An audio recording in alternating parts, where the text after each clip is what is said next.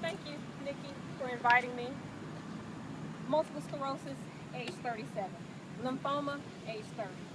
Ovarian cancer, age 28. Sickle cell anemia, infancy.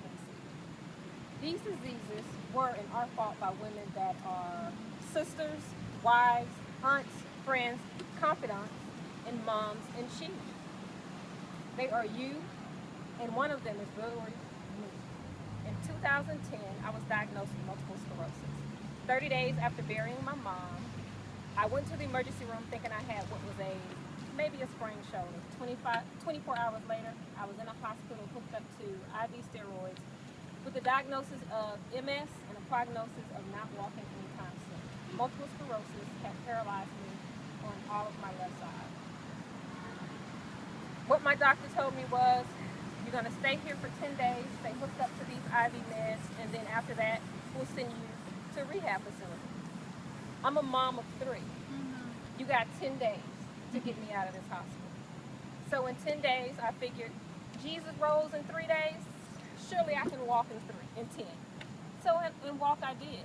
But what I did not do was worry about what that 10-day stay was going to cost me. I didn't worry about the doctors. I didn't worry about the tests and the MRIs and all of those things that went to get me well again.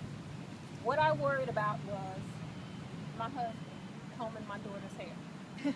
Because what was more scary than what I was facing was the thought of that man combing my daughter's hair. Oh, yeah. So I didn't lose my dignity. Well, those hospital gowns and the nest on my head. Yeah, I lost a little bit of dignity there. But I didn't lose my house. I didn't lose my savings. I didn't lose my car.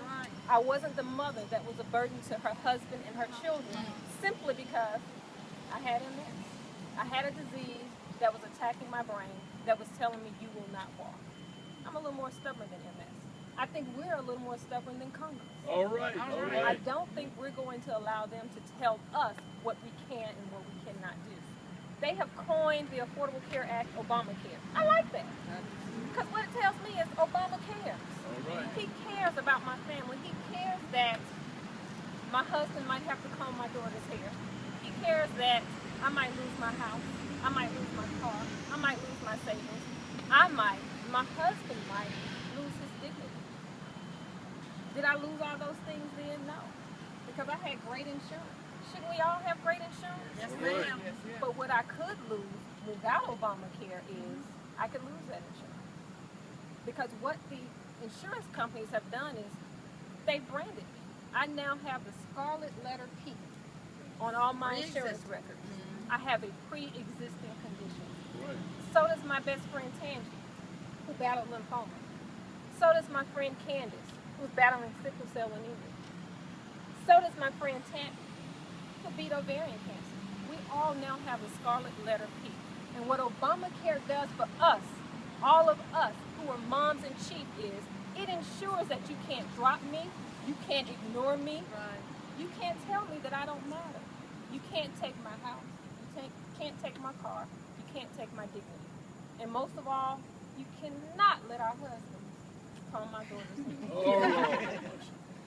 So what I want to say to Congress, and I'm going to say to you what my mother would say to me when I did something that was just asinine.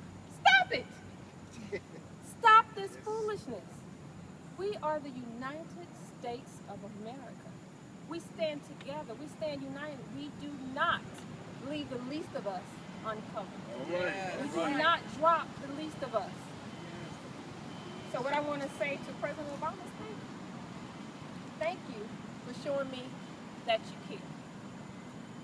Thank you. Very good.